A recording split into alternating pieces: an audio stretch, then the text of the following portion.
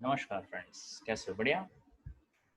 तो चैप्टर 2 के अंदर अभी तक जो आपने पढ़ा, तो हमने चैप्टर 2 का थियरी खत्म किया, उसके इलस्ट्रेशंस भी देखे।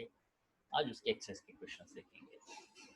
अब इस चैप्टर का एक्सरसाइज है वो थोड़ा सिंपल टाइप का है, तो ऐसा कह सकते हैं कि ऐसा एक्सरसाइज है जिसमें से जनरली स्कूल एग्जाम्स में पूछा कम जाता है। थोड़े बहुत सिंपल टाइप के क्वेश्चंस है या तो ऐसे क्वेश्चंस है जिसको अगर आप एक बार पढ़ लो तो दैट्स ओके, उसको ज़्यादा टेंशन नहीं लेना है, उसको ज़्यादा इम्पोर्टेंस नहीं देना है। ओके। और सम क्वेश्चंस ऐसे that's like informative type questions. Okay. और कुछ क्वेश्चंस ऐसी आए जो आज हम देखेंगे कि हमने जनरली ऐसा नहीं पढ़ा है, पूरे चैप्टर में कहीं पे उसका जिक्र नहीं है, फिर भी वो यहाँ पे एक्सरसाइज में दिया हुआ है। ओके। तो ऐसी कुछ कुछ मिक्स बातों को लेकर आज हम चैप्टर 2 का एक्सरसाइज जो है वो देखते हैं। ठीक है। तो लास्ट टाइम का जो हमारा क्वेश्चन था वहाँ पे basically we focused majorly on the illustrations. Okay. तो इलास्ट्रेशंस में कुछ काफ़ी सारे क्वेश्चंस यहाँ से आ गए। वहाँ पे हमने आपको आइडिया दिया किस तरह से angle equal to arc upon radius का फॉर्मूला यूज कर सकते हैं, एंगल का रिलेशन रेडियन के साथ, एंगल से मिनट का और मिनट से सेकंड का रिलेशन। ये सभी छोटे छोटे छोटे पॉइंट्स हमने वहाँ से आपको कनेक्ट करवाए थे। ठीक है। अब यहाँ पे कुछ क्वेश्चंस हमने देखे थे, ये कुछ क्वेश्चंस मैंने आगे के छोड़े थे, तो अब देख लीजिए आपका फर्स्ट क्वेश्चन क्लियर हो चुका होगा। A man wishes to estimate the distance वाला क्वेश्चन ये हमने कर दिया है। Angular diameter of the sun 1920 seconds, ये भी हमने लास्ट टाइम कर दिया है और आप लोगों ने होमवर्क में लिखा भी होगा।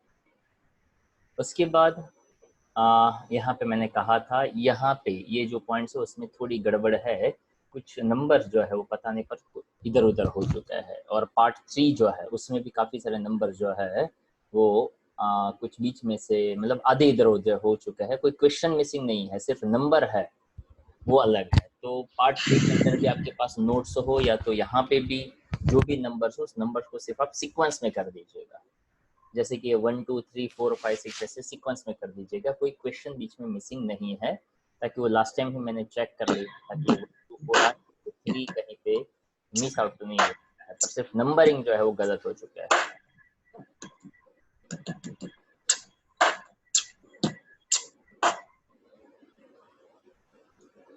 ओके। देखिए यहाँ पे ये 1 2 और ये हमारा एक्चुअली 3 क्वेश्चन नंबर का क्वेश्चन था, तो ये हमारा हो चुका है। उसके बाद ये हो चुका है, जिसको इसके हिसाब से हमने फिफ्थ कहा है, आपके हिसाब से वो फोर्थ रहेगा। फिफ्थ है, सिक्स्थ है, ये सेवेंथ है। ये सभी क्वेश्चंस हम कर चुके हैं, और ये क्वेश्चंस मैंने कहा भी था कि जैसे यहाँ पे सिर्फ लिखा हुआ है कि solving in terms of ML&T, तो मैंने आपको टास्क दिया था कि आप भी ट्राई करिएगा। आई होप ट्राई किया होगा और उससे आपको मिल भी गया होगा। नहीं मिले तो आपको सिर्फ एक ही पॉइंट के ऊपर फोकस करना है कि क्या कहीं पे आपका बेसिक मैथ्स तो वीक नहीं है। बेसिक मैथ्स से मेरा मतलब होता है फिफ्थ, सिक्स, सेवन्थ और एट्थ स्टैंडर्ड वाला मैथ्स, ज़्यादा से ज़्यादा 9 और उससे भी ज़्यादा 10th स्टैंडर्ड का मैथ्स। ओके। 5 to 10 स्टैंडर्ड का मैथ्स अगर आपका क्लियर है मतलब आपका बेसिक मैथ्स क्लियर है। ज़्यादातर किस्सों में ऐसा कोई मैथ्स नहीं है स्पेशली जो इंटीग्रेशन और डिफरेंशिएशन को छोड़कर आता है, जो मैथ्स ग्रुप और बायोलॉजी ग्रुप के लिए अलग अलग हो। उसके लिए भी मैंने आपको कहा हुआ है कि डिफरेंशिएशन और इंटीग्रेशन मैथ्स वालों को जितना आता है उतना ही बायोलॉजी वाले को आता है। क्यों? तो कि डिफरेंशिएशन और इंटीग्रेशन ना मैथ्स वाले पढ़े हुए हैं ना बायोलॉजी वाले कभी नहीं पढ़ने वाले हैं, और मैथ्स वालों ने भी अभी नहीं पढ़ा हुआ है। ओके। या तो वो 11th में बाद में आएगा या तो वो पूरा का पूरा 12th में आता है। तो डिफरेंशिएशन और इंटीग्रेशन फिजिक्स में जितना सिखाया है वही दोनों ग्रुप को आता है, तो किसी को कम या किसी को ज्यादा अभी ऐसा कुछ नहीं है, सो रिलैक्स। नंबर 8 क्वेश्चन भी हमने आई थिंक आपको दिया था, और जहां तक मुझे याद है ये 9th का भी डिस्कशन हमारा हुआ था। How to get the relation of CGS to MTS पर पूछा जाए ऐसा मजेदार क्वेश्चन है। आफ्टर दैट ये जो 10th है वहां से थोड़ा सा हमें डिस्कशन स्टार्ट करना है। फिर भी वैसे ये मैंने बताया था कि अगर आप चाहो तो ये कर सकते हैं। क्वेश्चन वैसे बहुत ही सिंपल सा है। If the unit of force is 1 kilo Newton, अब यहाँ पे ऐसा सोचना है, फोर्स का यूनिट तो जनरली हम न्यूटन कहते हैं, पर यहाँ पे मान लिया कि फोर्स का यूनिट 1 किलो न्यूटन हम ले, यानी न्यूटन की वैल्यू जो है उसको हम किलो में ले, यानी 1000 न्यूटन ऐसा हम ले। यूनिट ऑफ लेंथ 1 किलोमीटर ले, जो जनरली 1 मीटर लेते हैं उसकी बजाय 1 किलोमीटर ले। And the unit of time, जो जनरली हम सेकंड्स लेते हैं उसको हम 100 सेकंड्स ले। Then what will be the unit of mass. अब ये पूरा क्वेश्चन है, उसको ध्यान से समझने का ट्राई करिए कि जनरली जब हम कहते हैं फोर्स का फॉर्मूला मास इनटू एक्सेलरेशन, तो इसका यूनिट बनता है KG metre per second square. यहाँ तक क्लियर होगा। वहां पे केजी 1 लिया हुआ है, मीटर 1 लिया हुआ है, सेकंड भी 1 लिया है। तब जाकर हमें जो फोर्स मिलता है वो 1 न्यूटन होता है।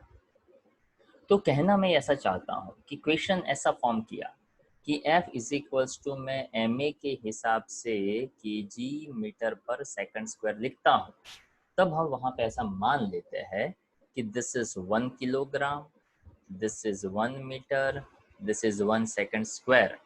तो ये पूरा का पूरा आपको 1 न्यूटन का वैल्यू है वो देता है।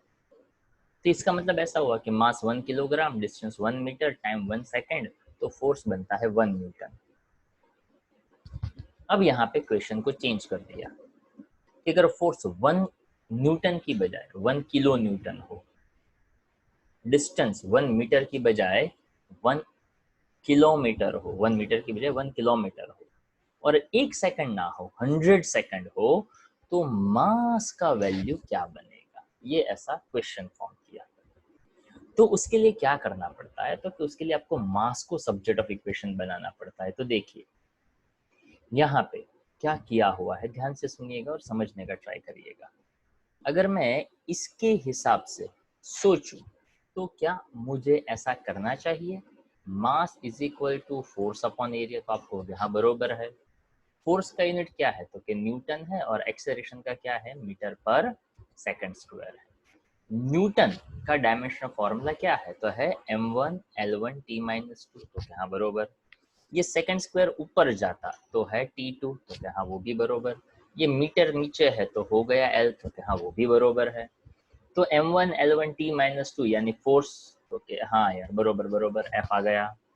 टी स्क्वायर यानी सेकंड स्क्वायर ऊपर से गया तो यहाँ वो भी बरोबर। ये नीचे लेंथ है तो यहाँ वो भी बरोबर। मतलब मैं ऐसे फॉर्मूला के फॉर्म में लिखूं, ऐसे में यूनिट्स के फॉर्म में लिखूं, या तो ऐसे में डायमेंशंस के फॉर्मेट में लिखूं, बात ही घुमा फिरा कर एक ही हो रही है। अब न्यूटन जहाँ पे लिखा है वहां पे 1 न्यूटन नहीं पर 1000 न्यूटन यानी 1000 न्यूटन मुझे लिखना है। सेकंड स्क्वायर ऊपर गया तो 1 सेकंड नहीं लेना है, मजा 100 सेकंड लेना है, और सेकंड का स्क्वायर है यानी आप देख सकते हो 100 का स्क्वायर यानी 10⁴ आ गया। नीचे मीटर है तो मीटर को 1 मीटर नहीं लेना है, 1 किलोमीटर लेना है। तो आप यहाँ पे देख सकते हो यहाँ पे 1000 मीटर रह गया। भले ही आपके सामने पूरा स्क्रीन है पर जब समझाता हूँ तो मेरे सामने देखिए। अगर आप वहां दिया हुआ है वो पहले देखेंगे और बाद में मेरे सामने देखते जाएंगे तो आप कनेक्ट नहीं कर पा रहे हो, मीन्स कनेक्ट नहीं कर पाओगे कि हम एग्जैक्टली क्या करते हैं। तो जब भी कोई न्यूमेरिकल हो, जब भी कोई चीज हो, अभी ये स्क्रीन है तो इट्स नॉट लाइक दैट कि मैं आपके सामने वो हाइड करके रखूँ, ताकि क्वेश्चन भी तो मुझे पढ़ना है। क्वेश्चन पढ़ूंगा तो उसी के नीचे उसका एक्सप्लेनेशन भी होगा, और वही अगर आप खुद ही कर सकते तो क्या कहना ही कहना, वैसे सबके पास तो ये अवेलेबल ही है। तो उससे अच्छा तो यही करते कि पूरा का पूरा पैम्पलेट आपको दे दिया जाए, 4 दिन के बाद मिलेंगे, जिसको जो डाउट हो वही पेज पे सीधा डिस्कशन करे। क्यों, तो कि सब कुछ तो दिया ही है ना वहाँ पे। पर ऐसा नहीं करते हैं हम, ऐसा हो नहीं सकता है। ऐसा करने का ट्राई करें कुछ कुछ क्वेश्चंस में, तो भी आपको डाउट्स तो होते ही है कि यार ये कैसे किया। तो बेटर थिंग इज दैट कि पहले खुद समझने की बजाय जहाँ पे समझाया जा रहा हो वहाँ पे ध्यान दो। अगर खुद समझने जाओगे अच्छी बात है, एक्साइटमेंट अच्छी चीज़ है, होना चाहिए, पर जब हम कुछ नया कर रहे हैं तो वहाँ पे पहले इंस्ट्रक्शंस जो दी जाए, जो समझ दी जाए, उसके ऊपर थोड़ा फोकस करें, उसके बाद खुद ट्राई करिए। ओके, तो कहना मैं ये चाहता था कि अगर फोर्स का डायरेक्ट सीधा सीधा वैल्यू लेते तो ऐसा यूनिट बनता, केजी मीटर और सेकंड स्क्वायर लेते तो 1 न्यूटन कहते। अब हमें यहाँ पे क्वेश्चन को चेंज कर दिया है, यार न्यूटन 1000 है, डिस्टेंस 1 किलोमीटर है, और टाइम 100 सेकंड्स है। तो इसके हिसाब से देखो 10 की कितनी पावर बच रही है, तो क्या 10 की पावर बच रही है 10⁴। अब ये न्यूटन सेकंड स्क्वायर अपन जो मीटर है ना, वो एग्जैक्टली सभी के यूनिट डालो तो सिर्फ क्या बचेगा, तो कि केजी। तो कि यार कॉमन सेंस की बात है, ऐसा करने की क्या जरूरत थी। देखो तो हमने यहाँ तो एम को ही तो सब्जेक्ट बनाया था ना, जब हमने एम को सब्जेक्ट बनाया तो वो सिर्फ क्या देता है, मास ही तो देता है। तो अगर आप 1 किलो न्यूटन ले लो, 1 किलोमीटर डिस्टेंस ले लो और 100 सेकेंड्स ले लो, तो वहाँ पे मास का वैल्यू 10,000 किलोग्राम मिलता है। उसको कैसे समझा जाए प्रैक्टिकली, अगर मैं कहीं इमेजिन करवाऊं, तो 10,000 किलो के एक ऑब्जेक्ट को 1 kilometre divide by 100 second square, ऐसा कोई एक्सेलरेशन आप इमेजिन कर सको तो ऐसा करने से उसके ऊपर 1000 न्यूटन का फोर्स लगता है, ऐसा ये कुछ समझाना चाहता है।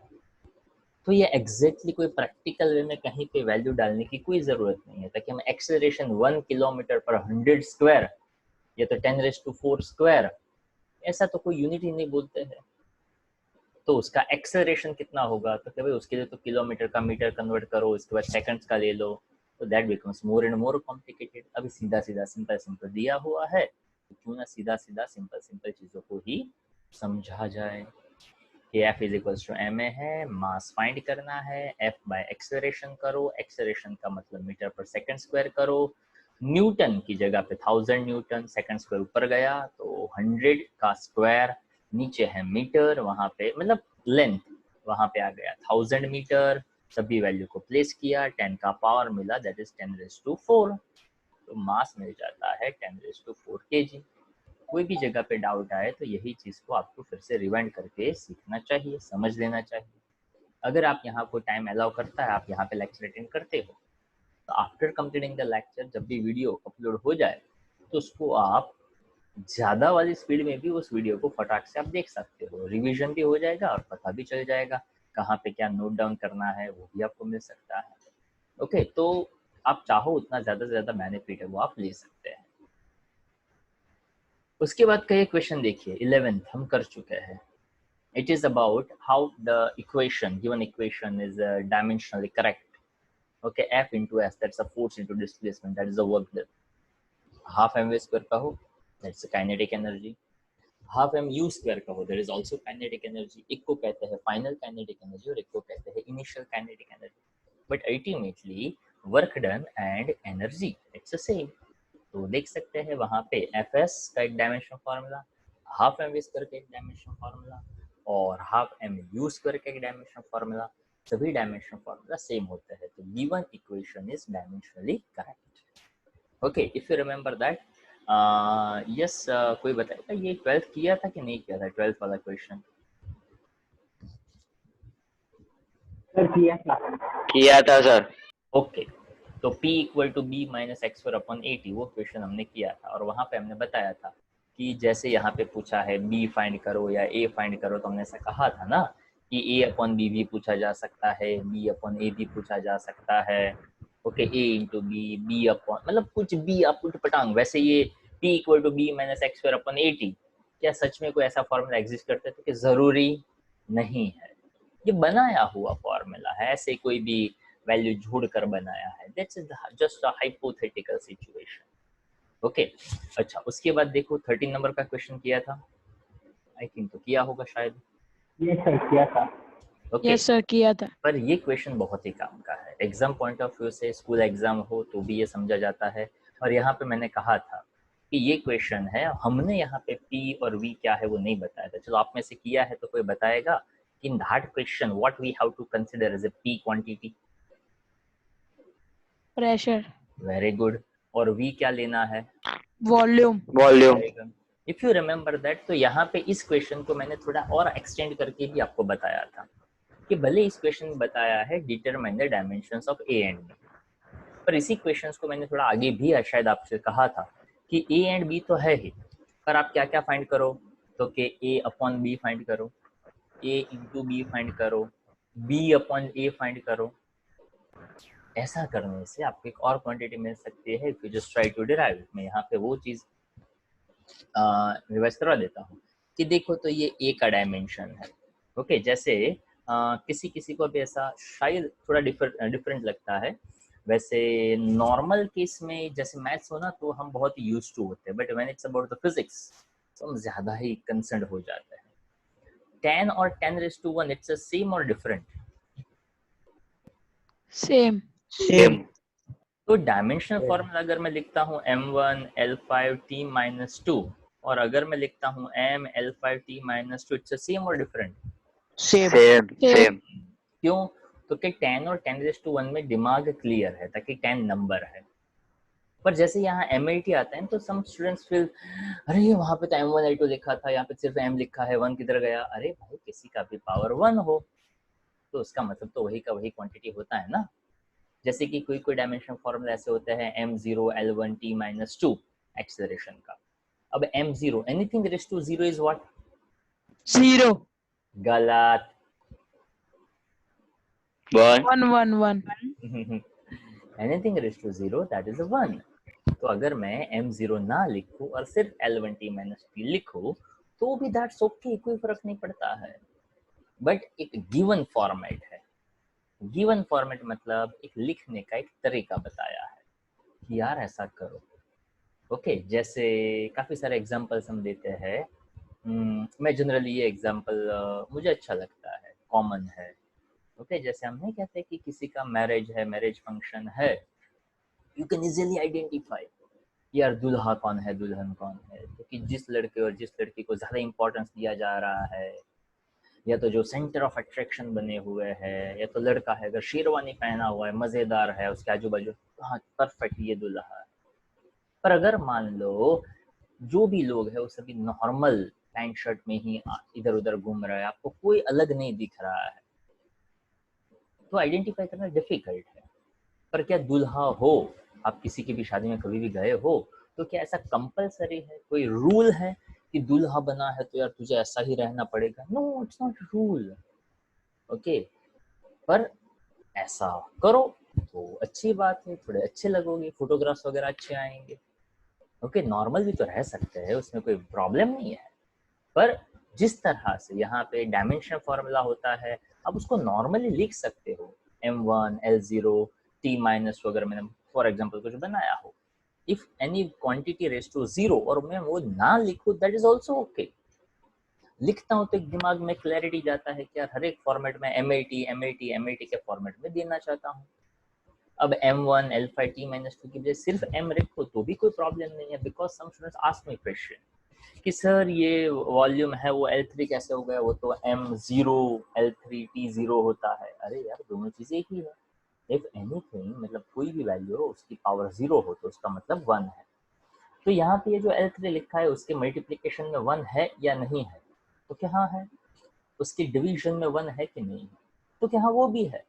तो उसका मतलब ये है कि 1 तो मल्टीप्लीकेशन में भी होता है, 1 तो डिवीजन में भी होता है, तो 1 दैट इज दैट।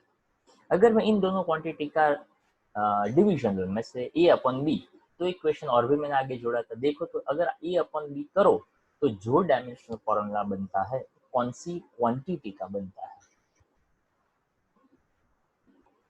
यहाँ आपके सामने a का डायमेंशन है, b का डायमेंशन है, तो उन दोनों का जब आप रेशियो लेते हो, डिवीजन करते हो, a quantity upon b quantity, a का डायमेंशन अपन b का डायमेंशन, तो जो डायमेंशनल फॉर्मूला नया बन के आपके सामने आता है वो डायमेंशनल फॉर्मूला किस क्वांटिटी के जैसा लग रहा है? Yes anyone? अच्छा क्या बनेगा, a/b करोगे तो क्या डायमेंशनल फॉर्मूला बनेगा?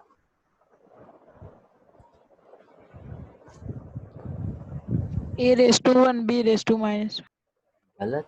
बहुत बढ़िया आपका मैथ्स है भाई। सर ओके आपने a/b का बोला ना? हाँ हाँ हाँ हाँ परफेक्ट है भाई। अच्छा इसके a/b का, मेरे को लगा ओनली a/b। ओनली a/b और सिर्फ a/b में कोई डिफरेंस होता है मेरे भाई? है ले a और b, a का है m1 l5 t-2 और नीचे है l3। कुशल आचार्य बताइए क्या होगा? Sir m1 l2 t-2। Simple सी बात है, बेस सेम हो, डिवीजन में हो तो पावर सब्ट्रैक्ट कर सकते थे, बेस सेम हो और मल्टीप्लिकेशन में हो तो पावर ऐड कर सकते थे। काफी लोग तो ऐसा सोचा है ये डिवीजन कैसे होगा? अरे यार क्यों आपको 10⁻² हो, नीचे 10⁻4 हो, तो वो डिवीजन आता है कि नहीं आता है? तो हाँ हाँ वो आता है, वो आता है। तो बस ये उतना तो सिंपल है। ये बचा m1 as it is l⁵ ताकि ये डिनोमिनेटर में है, सेम बेस हो तो पावर को सब्ट्रैक्ट करो। Okay, that's why I told you, जितना आपका बेसिक मैथ्स मजेदार, बेसिक यानी छोटे स्टैंडर्ड वाला, m1 l⁵ ये किसके जैसा डायमेंशन फॉर्मूला लग रहा है? सर शायद से heat energy, heat, force, energy कहो, वर्क डन कहो, अभी तरोताजा देखा हुआ ये रहा। ओके, यहाँ पे ऊपर भी एक गया था। Okay, Fs is equals to half mv² minus half mv² किया था ना, तो m1 l⁵ वो एक ऐसा डायमेंशन फॉर्मूला है जब इसका बहुत बार यूज करते हैं। डायमेंशन फॉर्मूला एनर्जी का हो, वर्क डन का हो, तो उसका बार बार यूज होता है, तो हो सकता है दिमाग में वो सेट हो जाए। ओके, तो ऐसे भी क्वेश्चंस पूछे जा सकते हैं, तो अपने को स्ट्राइक होना चाहिए। अगर अभी किसी ने कहा कि फोर्स का फॉर्मूला है, okay no problem, check that, क्या फोर्स का डायमेंशन फॉर्मूला ऐसा होता है या नहीं होता है? तो चलो कोई बताएगा क्या होता है फोर्स का डायमेंशन फॉर्मूला? तो उसके लिए याद होना चाहिए what is a force basic formula. Sir मेरे को याद है, फोर्स का डायरेक्ट फॉर्मूला क्या है? m1 l1t minus m1 2. l1t minus 2। हाँ जी, वेरी गुड। तो दोनों चीजें याद होनी चाहिए, वो हमारी बेसिक रिक्वायरमेंट है, ठीक है। तो चलो, अब 14 नंबर का क्वेश्चन है ना, वो थोड़ा मजेदार या तो थोड़ा सा अलग टाइप का क्वेश्चन है, जिसमें कुछ पॉइंट समझ में आएंगे, कुछ पॉइंट थोड़े से बाउंस जाएंगे। तो हम जितना अटेंशन रखेंगे उतना अपने को ज्यादा पता चलेगा। वैसे आप सोचोगे इसमें क्या ऐसा होगा, 2 लाइन का तो क्वेश्चन है। ओके, तो 2 लाइन का क्वेश्चन नहीं, उसका जो लैंग्वेज है या तो जो इक्वेशन दिया हुआ है जिसके अंदर हमें उसकी limitations, if you remember that, हमने एक पॉइंट डिस्कस किया था डायमेंशनल फॉर्मूला या तो डायमेंशनल एनालिसिस की लिमिटेशंस। वो लिमिटेशंस में हमने क्या देखा था कि डायमेंशनल फॉर्मूला 3 क्वांटिटी से ज्यादा हो, मतलब MLT से ज्यादा हो, तो थोड़ा बताना डिफिकल्ट है। वैसे MLT तक या तो MLT A और K तक भी हम जाते हैं, फिर भी ऐसा कहा था। दूसरा पॉइंट ऐसा कहा था कि उसके साथ जो कोई कांस्टेंट वैल्यू आती है, जैसे 2π√L/G, कोई नंबर हो, उसके कोई डायमेंशंस नहीं होते, उसकी कोई इन्फॉर्मेशन हमारे पास नहीं होती है। प्लस हमने ऐसा कहा था कि कोई ट्रिग्नोमेट्री फंक्शन के साथ कोई क्वांटिटी हो तो उसका डायमेंशनल फॉर्मूला जो है वो नहीं होता है, so that quantity is dimensionless. अब वो छोटा सा पॉइंट यहाँ पे यूज करता है, साइन के साथ, कॉस के साथ, टेन के साथ, trigonometry value as well as logarithmic value, okay, log के साथ, नेचुरल लॉग के साथ, ओके, ये सभी क्वांटिटी अगर कहीं पे हो, उसके साथ कोई क्वांटिटी मल्टीप्लिकेशन में हो, तो ऐसा समझा जाता है कि उसका पूरा डायमेंशन 0 होगा, मतलब dimension less, that is m⁻0, l⁻0, t⁻0। बेटा m⁻0, l⁻0, t⁻0 is equal to 0 होता है क्या? Hello, m⁻0, l⁻0, t⁻0 is equal to अगर मुझे लिखना हो तो क्या हो सकता है? 1। 1. 1। क्यों? क्योंकि अभी जस्ट हमने तरोताजा कहा कि कोई भी वैल्यू का पावर जो है वो 0 हो तो उसका वैल्यू 1 होता है। तो देखो यहाँ पे ऐसा है, in the equation y equal to small a sin omega t minus kx। तो अब ये फॉर्मूला आपके लिए नया है, आपने ये फॉर्मूला नहीं देखा है। अभी मैंने कुछ बोला तो किसी किसी को लगा कि है क्या बोला, देखिएगा ध्यान से, y okay equal to okay a okay sine that is also okay. मैंने यहाँ पे बोला omega t minus K X, तो you are also okay with the K X, you are also with the okay with the minus t, और यहाँ पे तो w है, मैंने उसको क्या बोला, omega. Okay, that is the specific name of this omega, जिसको कहते हैं एंगुलर फ्रीक्वेंसी।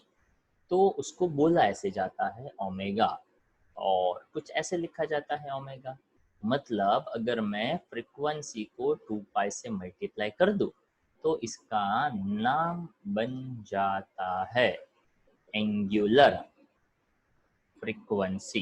वैसे फ्रीक्वेंसी का मतलब आपने पहले मतलब आगे के सेंटेंस में पढ़ा हुआ है, number of oscillations in 1 second, टक टक टक टक टक टक टक टक, एक सेकंड में कितना बार हुआ।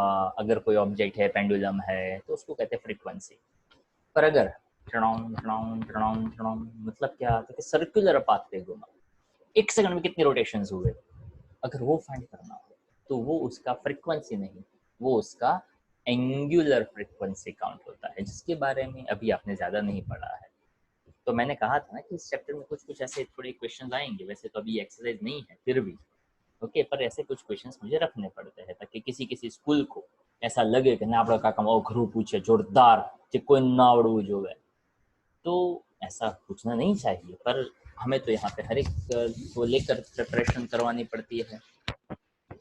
जैसे कुछ कुछ स्कूल है वो स्पेशली इसी के लिए होती है जिसका पेपर है, and students as well as teachers both are feel proud on that. આપણા તો બોસ પેપર એવા ને કોઈને આવડે જ નહીં, तो I think it's not the matter of proud. Okay, अगर आप मेहनत करते हो, अगर आप पढ़ाई करते हो, तो आप किसके लिए पढ़ाई करते हो? जिस पेपर में आपको कुछ ना है, ऐसा पेपर हो तो बहुत मजा लगता है, मुझे तो शायद नहीं लगता है। ओके, बहुत कुछ करने के बाद अगर कुछ हाथ ना आए तो क्या बहुत सच में मजा आता है? मेरे हिसाब से तो नहीं आना चाहिए। पर किसी स्कूल के टीचर्स को, किसी स्टूडेंट्स को उसमें मजा आता है। आज का पेपर तो जोरदार, कुछ नहीं आया, अरे तो उसमें कौन सा मजा ले रहा है भाई तू? ओके, मजा तब आता जब अपने को कुछ समझ में आता। बट कोई कोई स्कूल ऐसे होती है जिसको इसमें मजा आता है, तो इसलिए हम भी कुछ कुछ क्वेश्चंस ऐसे रखते हैं जो दूर दूर तक थोड़ा डिफिकल्ट लेवल हो, या तो जो समझ में ना आए ऐसा हो, तो कुछ कुछ उस पर मिडल वे होता है। मिडल वे यानी क्या, तो कभी के लिए उसको एग्ज्यूम कर दो कि हाँ यार ऐसा कुछ ओमेगा है जिसको एंगुलर फ्रीक्वेंसी कहते हैं, आप नोट डाउन कर लीजिए। ओके, और वैसे मैंने कहा है कि अभी जो कुछ कुछ चैप्टर्स के हम आपको नोट्स देंगे, आई थिंक 1 to 4 तक, तो मैंने कहा था कि वो सभी जितनी नोट्स है, मैंने आपको क्लियरली भी कहा है कि वो नोट्स है उसकी आप प्रिंट है वो निकलवा लीजिए। बिकॉज जैसे हमारे क्लासेस स्टार्ट भी हो जाएंगे तो भी ये 1 to 4 चैप्टर्स जो हो जाएंगे उसकी नोट्स मैं आपको नहीं देने वाला। At that time if you want the physical copies तो वो भी आपको खुद को ही करवानी है, वो मैं नहीं करवा के देने वाला। ओके, और अभी भी अगर आपको प्रिपरेशन भी करनी हो तो physical copy it's better one, और सॉफ्ट कॉपी वैसे हम किसी को देते ही नहीं है, पर ये तो मेरी मजबूरी है कि मुझे अपने मटेरियल्स की सॉफ्ट कॉपी आपको देनी पड़ रही है। अगर सॉफ्ट कॉपी आपको देना मतलब वो मेरे लिए बहुत ही रिस्क वाला काम है। ओके, वो बहुत इजीली स्प्रेड हो जाता है, फिर भी मुझे देना पड़ रहा है, it's not in my favour, फिर भी मुझे करना पड़ता है। तो यहाँ पे ये जो क्वेश्चन है उसमें ओमेगा एंगुलर फ्रीक्वेंसी है ऐसा मान के चलिए। तो आज के सेशन में आपको काफी सारी चीज ऐसी है जो मान के चलना है कि हाँ यार ऐसा है। ओके, बात को आगे बढ़ाओ। Obtain the dimensional formula for omega and के।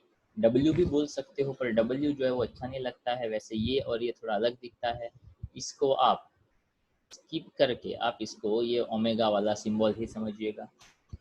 तो ध्यान से सुनना है अब इस बात। ओमेगा टी में से के एक्स को मैंने सब्ट्रैक्ट किया। कोई भी क्वांटिटी को सब्ट्रैक्ट तब कर सकते हैं जब दोनों के डायमेंशन सेम हो, नंबर 1। पर ओमेगा और टी जिसमें ओमेगा अननोन है, के एंड एक्स जिसमें के अननोन है, अब दो अननोन को कंपेयर करो तो कुछ हाथ तो नहीं आने वाला है। I hope you understand my point. तो जैसे मैंने कहा ओमेगा टी का डायमेंशन और के एक्स का डायमेंशन सेम है, यू सेड ओके फाइन, पर क्या उसमें से ओमेगा क्या है वो पता है आपको? अच्छा, के क्या है वो पता है आपको? तो टी और एक्स एक ही पता है, तो वो आपके लिए प्रॉब्लम क्रिएट कर सकता है। ताकि दोनों ही अननोन हो, दो अननोन को कंपेयर करो तो पता नहीं चल सकता, and you can't say that दोनों सेम हो, नहीं होते हैं। तो यहाँ पे दूसरा उसका जो ट्रिग्नोमेट्री का लिमिटेशन है, ये दोनों वैल्यू साइन के साथ मल्टीप्लिकेशन है, मतलब sine omega T minus K x है। तो ऐसा समझा जाता है कि ओमेगा टी बिकम्स डायमेंशनलेस, यानी यहाँ पे जो लिखा है उसको मैं थोड़े अलग वे से लिखता हूँ, m0 l0 t0। यहाँ पे क्या लिखा है 1, क्यों लिखा है 1? ताकि ये साइन के साथ है इसलिए वो डायमेंशनलेस होगा। अब इसमें से ओमेगा मेरे लिए अननोन है तो मैं ओमेगा को सब्जेक्ट बना दूँ, m0 l0 t0, नीचे ये t चला जाएगा तो दैट इज बिकम्स t1। अब ये t1 ऊपर जाएगा तो देखो t -1 मिल गया, तो यहाँ बरोबर। तो ये समझ होनी चाहिए कि m0 l0 t0 that is 1 जो यहाँ पे लिखा हुआ है। क्यों ऐसा बताया? क्योंकि साइन के साथ था, साइन के साथ जो क्वांटिटी आती है that becomes a dimension less. तो ये m0 l0 t0 लिखना, उसको कहते हैं डायमेंशन लेस। अगर ओमेगा टी डायमेंशन लेस है तो के एक्स भी क्या होगा? You can see that is also dimension less. उसमें से के को सब्जेक्ट बना दो, एक्स नीचे आ जाएगा तो उसका मिल जाएगा l-1। ओके, हर एक चीज़ों को अगर रिपीटेशन की ज़रूरत हो तो वीडियोज़ आर अवेलेबल, आप उसको वहाँ से अच्छी तरह से देख सकते हो। वैसे कुछ लोगों को बीच में प्रॉब्लम था कि मैंने कुछ वीडियो वहाँ से हटा दिए, ऐसा कुछ नहीं है, वीडियोज़ वहीं पे अवेलेबल है, प्ले लिस्ट पे थे, अब मैंने फिर से उसको वो पब्लिकली ही वहाँ पे रख दिया हुआ है, तो आप कोई भी वीडियो कभी भी एक्सेस कर सकते हो, but it's just for your convenience.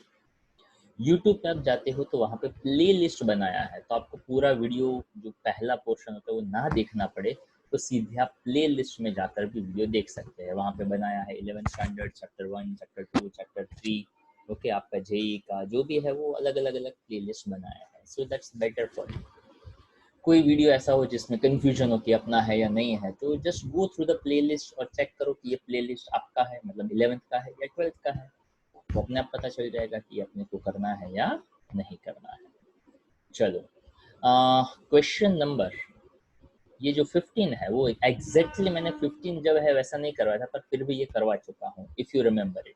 इसको ये बताएगा ये हुआ है कि नहीं हुआ है? हुआ। हो गया। ये सिंपल पेंडुलम वाला जब क्वेश्चन मैंने करवाया था ना, to get the relation of one quantity with the other quantity, time वो पेंडुलम ड्रॉ करके मैंने बताया था, that depends।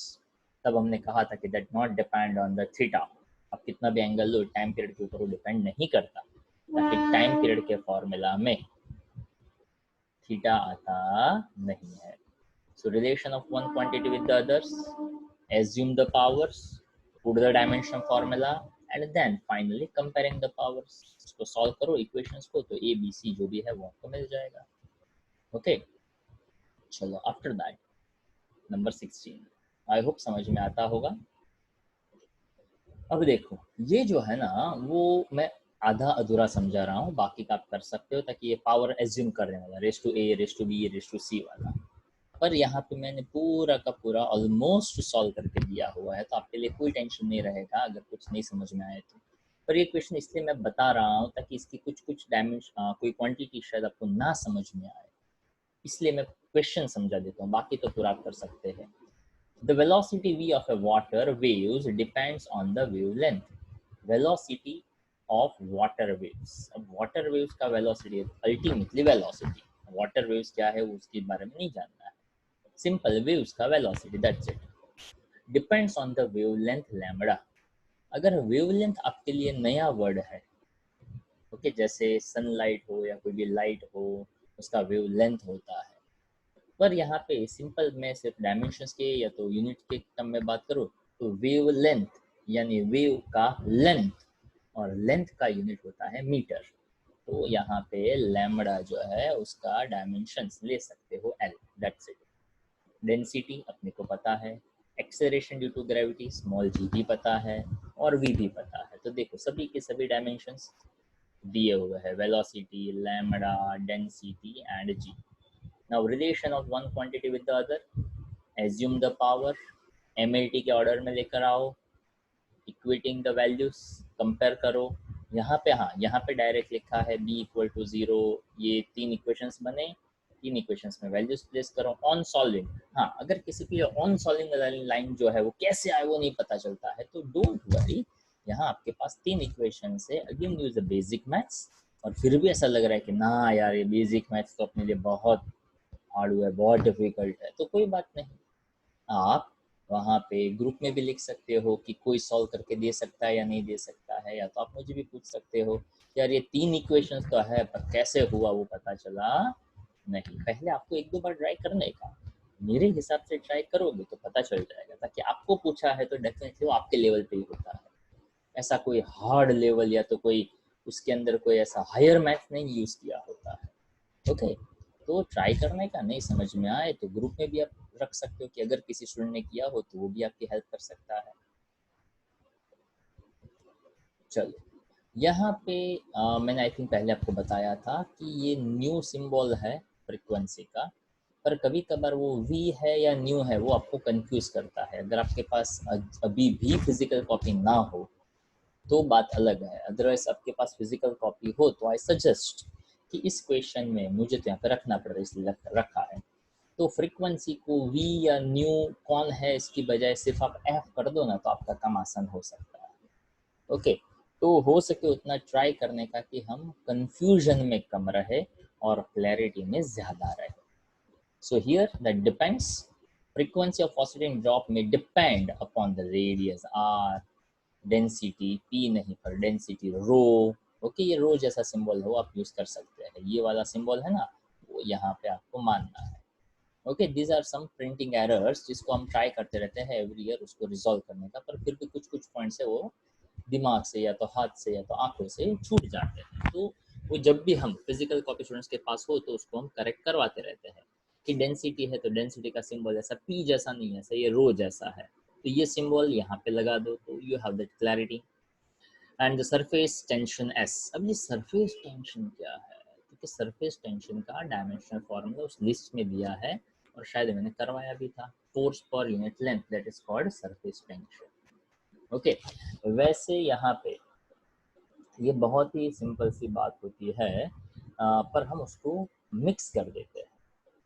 जैसे कि अगर मान लो हम ऐसा, आई थिंक आप समझते होंगे कि मान लो यहाँ पे तो अभी कोई नहीं है, पर मान लो कोई ग्रुप में ऐसा होता है जिसका सरनेम मोदी है, MODI, मोदी है, तो क्या हम उसको ऐसा पूछते हैं अबे नरेंद्र मोदी तरफ શું થાય? કાંઈ ના થાય ભાઈ, दूर दूर સુધી તમે ગમે ત્યાં સુધી છેડા અડાડો તોય નરેન્દ્ર મોદી આ મોદીને કાંઈ લાગે વળગે કેમ તમે મોदी आए मोदी, अल्लाह हाँ भाई હવે હોય એવું। तो उस बात में हम बहुत ही यूज टू होते हैं कि हाँ ये तो હોય કે થોડી બધા સરખે સરખા હોય, બધા થોડી ઓળખીતા હોય। ओके, वहां पे अपना क्लियरिटी बहुत मजेदार है।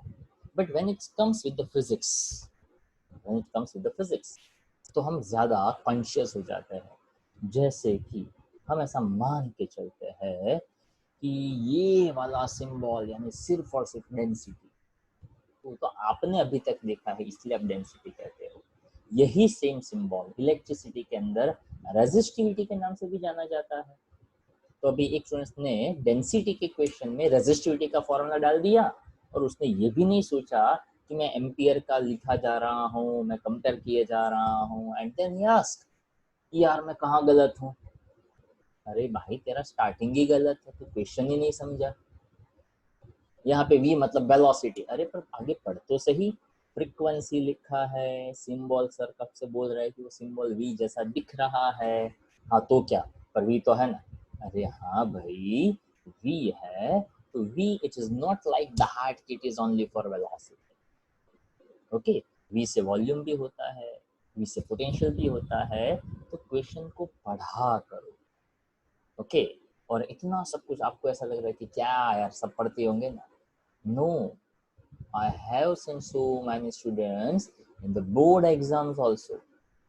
After completing the boards, वो ऐसा कहते हैं कि अरे यार ये क्वेश्चन पूछा था क्या, मैंने क्यों नहीं पढ़ा। अरे पेपर तू दे रहा था, तुझे पता होना चाहिए कि क्वेश्चन क्यों नहीं पढ़ा, मेरा तो ध्यान ही नहीं गया। अरे पेपर लिखते वक्त तेरा ध्यान किधर था, पता नहीं यार, it happened, it is a normal. Okay, अगर आप बहुत ज़्यादा कंसंट्रेशन के साथ पढ़ते हो ना तो कभी कभार ऐसा हो जाता है, कोई कोई लाइन हो स्किप हो जाती है, और इसीलिए मुझे हर वक्त बोलना पड़ता है। There are so many things, जैसे प्रीवियसली काफ़ी सारे ऐसे क्वेश्चंस मैंने बताए थे कि यार ये ABC है, वो इट्स ओके, नो प्रॉब्लम, चलेगा, उसको आप जो भी आंसर निकालोगे चलेगा। फिर भी काफ़ी सारे स्टूडेंट्स, सर इसका ABC क्या होगा एग्जैक्ट, अरे सर इसका ABC का सही आंसर क्या होगा। It's okay, don't take tension, simple सा मैथ्स है, खुद सॉल्व करो। हर छोटी छोटी चीज़ों पे नहीं पूछा करते हैं, खुद ट्राई कर लिया करो। हमारा ग्रुप है, उस ग्रुप में रख दिया करो, कि यार ABC है, मेरा आंसर ये आया, तुम्हारा आंसर क्या आया, मेरा आंसर ये आया। किसी के साथ आप कंबाइन करके थोड़ा काम कर लिया करो, तो खुद का भी डेवलपमेंट होगा और कुछ नया भी सीखने को मिल सकता है। अब यहाँ पे सीधा सीधा क्वेश्चन, एक क्वांटिटी जिसको मैं F कह दूँ, तो फ्रीक्वेंसी न्यू कह दूँ। अब वो डिपेंड मेरे ऊपर करता है कि मैं F रखना चाहूँ या न्यू रखना चाहूँ। जनरली मैं जब लिखना चाहता हूँ तो मैं लिखने के पॉइंट ऑफ व्यू में तो F ही प्रेफर करता हूँ, ताकि मेरा V या मेरा न्यू वो शायद सामने वाले को सेम ही लगे। तो frequency depends on R, rho and S, raise to A, raise to B, raise to C। अब सरफेस टेंशन मेरे लिए नया है, तो वहाँ पे पूरा डायमेंशन फॉर्मूला का लिस्ट दिया है, वहाँ देखो सरफेस टेंशन क्या है। सरफेस टेंशन का फॉर्मूला वैसे दिया है M1L0 T-2, यानी उसका बेसिक फॉर्मूला होता है फोर्स पर यूनिट लेंथ। ऐसे बहुत सारे नहीं क्वेश्चंस होते हैं और ऐसे भी ये प्रैक्टिस के लिए दिया है। ओके, एग्जाम में किसी को सर ऐसा कोई आएगा तो अरे आएगा तो आपको पता चल जाएगा, ये तो क्वेश्चन के अंदर बताया होगा। क्योंकि सरफेस टेंशन एज ऑफिशियल तो अभी आपने क्वांटिटी नहीं पढ़ी हुई है। और अगर मान लो ऐसा कुछ उठपटांग पूछ ही लिया, जैसे कि कभी कभार मैं ऐसा मजाक में भी कहता हूँ कि किसी स्कूल को अच्छा लगता है कि मुझे मैग्नेटिक इंडक्शन पूछना ही है, तो कोई टेंशन नहीं है, ढेर सारे भगवान है, आप जिसमें भी बिलीव करते हो उसका नाम लो और क्वेश्चन को स्किप करके आगे बढ़ो। ताकि स्कूल वाले ने कंफर्म किया हुआ है कि ये तो किसी को आना ही नहीं चाहिए, तभी तो ऐसा पूछा है। जो 12th में पढ़ने वाले क्वांटिटी जो 11th में पूछ लेते हैं, मतलब उसका आइडिया क्लियर है कि वो आपको मार्क नहीं देने चाहते हैं। तो आप भी इंजॉय करिए, ओके, और आगे बढ़िए। MCQ है तो कोई भी कहीं पे भी सिलेक्ट कर सकते हो। लॉजिक जो है उसको अच्छी तरह से यूज करिए, so that's better for you. तो देखिए, रेडियस का डायमेंशन आ गया, डेंसिटी आ गया, सरफेस टेंशन आ गया, पावर को एज्यूम कर लिया ABC, MLT के ऑर्डर में लिख दिया, एंड देन इक्वेटिंग और द कंपेयरिंग द पावर्स। तो पहला इक्वेशन, दूसरा इक्वेशन, तीसरा इक्वेशन, वहां से आपको ABC मिल जाएगा। Generally I suggest on solving notes में लिखा जाता है, आपको एग्जाम में इसको कैसे सॉल्व करना है वो 1-2 लाइन, 2-3 लाइन, 4-5 लाइन, जितनी भी लाइन बने आपको वो सॉल्व करके ही लिखना रहता है। आई रिपीट, यही सेम क्वेश्चंस अगर हमारे क्लास में भी एग्जाम में पूछा जाए तो ऑन सॉल्विंग नहीं लिखना है। अगर ऑन सॉल्विंग करके लिखते हो तो उसका मतलब यही होता है कि जो आप नहीं करना चाहते हो वही आप कर रहे हो, मतलब आप रट्टा नहीं मारना चाहते हो फिर भी आप वो वही कर रहे हो। So don't do that. On solving मत लिखा करो, उसको प्रॉपर्ली सॉल्व करके किया करो। वैसे बार बार इसलिए बोलना पड़ता है ताकि 12th में भी ऐसे कुछ कुछ क्वेश्चंस आते हैं जहाँ पे इक्वेशंस को सॉल्व करने थे, ऐसे बेसिक वाले। फिर भी 12th वाले काफी सारे स्टूडेंट्स ऐसा लिख देते हैं ऑन सॉल्विंग, क्यों? क्योंकि नोट्स में लिखा था ना इसलिए सीधा वो याद था। मत करो ऐसा, ओके, वो आपको सही प्रैक्टिस नहीं दे रहा है। चलो, तो यहाँ पे पावर ले लिया। अच्छा, किसी किसी स्टूडेंट्स को ऐसा क्वेश्चन होता है कि क्या ऐसा फॉर्मेट देना जरूरी है? Not necessary. यहाँ पे something ratio 3/2, something ratio half ऐसा रखो, नो प्रॉब्लम। किसी के -3/2 को ऐसे भी कहा जा सकते, शायद ना भी पता हो। Okay, so that is perfectly fine. Okay, 3/2 उसको स्प्लिट करके लिखो, तो 3 into half and anything raise to half you can say it's in root. तो जिसको नहीं समझ में आए वो बता दूं कि ये फॉर्मेट और ये फॉर्मेट दोनों राइट है, ये फॉर्मेट लिखने की कोई ज़रूरत नहीं है। अगर आपने ये फॉर्मेट भी लिखा है you will get the 100% full marks. Okay, वही आपको पूरा का पूरा मिल सकता है। चलिए, यहाँ पे ये जो 19 नंबर का क्वेश्चन है, ओके, वो मैंने कहा था आप खुद ट्राई कर सकते हैं। और ये 20 नंबर का क्वेश्चन था, उसका भी मैंने प्रैक्टिस आपको बताया था। V/I और डेल्टा V/डेल्टा I नहीं करना है, इसको कैसे करना है ओके, वो मैंने आपको बताया हुआ है। ठीक है, चलो यहाँ पे 21 जो है उसका मैं आइडिया दे देता हूँ। ऐसे क्वेश्चंस अच्छी तरह से पूछे जा सकते हैं, तो एग्जाम पॉइंट ऑफ व्यू से ये अच्छे काम के हो सकते हैं। इसको थोड़ा अलग तरीके से भी बता देता हूँ अभी कैसे पूछा जा सकता है। If the error involved in the measure of the side and the mass of a cube, यानी साइड का वैल्यू 3 है और मास का वैल्यू 4% है। डेंसिटी, तो आपको यहाँ पे पता है डेंसिटी का फॉर्मूला मास अपॉन वॉल्यूम, और साइड यानी क्यूब यानी m/l³ है। ये डेंसिटी है। तो देखो यहाँ पे ऐसा समझना है कि ये दोनों एक दूसरे के लिए डिवीजन में है, ये उसकी पावर में है। तो delta rho by rho, delta M by M division में है तो, और एल क्यूब है तो कैसे देखा जाएगा 3 डेल्टा एल बाय एल। बस सिंपली वैल्यू प्लेस करो तो देखो delta M by M, delta L by, अब ये 100 लिखा तो है, फॉर्मालिटी है। क्यों? तो कि 100 लिखने के बाद आप परसेंटेज कह सकते हो ना। अगर सीधा सीधा ऐसा लिखो और सीधा डायरेक्टली भी लिख दो ना 4% प्लस 3 इंटू 3%, तो भी it's perfectly fine, no problem. चलो अब यहाँ पे एक छोटा सा इस क्वेश्चन में मैं करेक्ट चेंज कर रहा हूँ। साइड को हटाकर अगर मैं यहाँ पे वॉल्यूम लिख दूँ तो आप में से कोई बताएगा आंसर क्या होगा?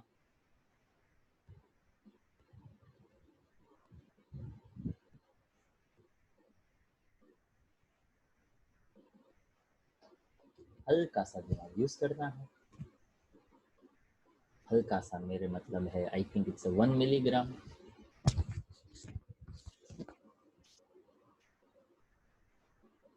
चलो तो delta V by V into 100% यानी 3% दे दिया है, delta M by M into 100% यानी 4% दे दिया है। Then what is the density formula? Mass upon volume।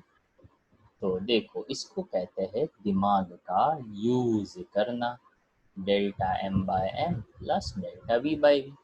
Multiply by 100 कर दिया है ऐसा मैं मान लेता हूँ। तो मास का परसेंटेज कितना है? तो 4 है, वॉल्यूम का कितना है? 3 है, तो आंसर क्या है? 7%। ओके, अगर मान लो यही क्वेश्चन को मैं थोड़ी अलग लैंग्वेज के साथ बनाऊं, ध्यान से सुनिएगा, आई होप ये तो समझ में आया होगा। अब यही क्वेश्चन को मैं ऐसा कहूं, मान लो मेरे पास एक स्फीयर है, स्फीयर की रेडियस का एरर और मास का एरर 3% और 4% है। तो आपको वो जो स्फीयर है उसकी डेंसिटी का एरर बताना है। चलो कोई दिमाग लगाएगा?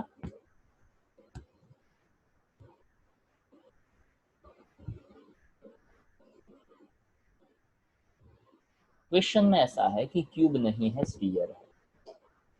क्यूब होता तो साइड का एरर था, स्फीयर है तो रेडियस का एरर है। ओके, अगर आप यहाँ से थोड़ा दिमाग लगा सकते हो तो आंसर विद इन रीच है। चलो कोई आंसर देना चाहेगा, कोई एफर्ट करना चाहेगा?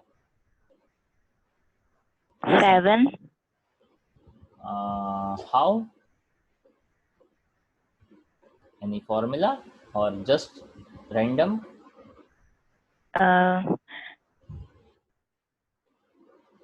फॉर्मूला है तो सही आंसर बन सकता है, रैंडम क्यों बोला? सर हम स्फीयर का सर्कमफ्रेंस फाइंड कर सकते हैं मास के बदले। डेंसिटी में सर्कमफ्रेंस नहीं हो सकता है। अगर आपको कोई आइसक्रीम देता है तो क्या आपको आइसक्रीम को सरफेस से ही खाना है, ऐसा होता है कि पूरा? Sir volume of sphere. हाँ बरोबर है। तो बताइए क्या मैं लिखूं फॉर्मूला में मेरे भाई? 4/3 pi R cube. Very good, mass on 4/3 pi R cube. Now you are very close to the answer. पहला फॉर्मूला आपका क्लियर। चलो अब इस फॉर्मूला को डिवीजन, मल्टीप्लिकेशन और पावर वाला है उसके फॉर्मेट में कन्वर्ट करो। तो एरर के फॉर्मेट में rho is equals to M अपन 4/3 पाई आर क्यूब है, तो उसको आप कैसे लिख सकते हैं एरर के लिए? लिख सकते हैं ऐसा, delta rho by rho. Yes sir. हाँ तो Yes. बताइए अब आगे क्या लिख सकता हूँ मैं इसको?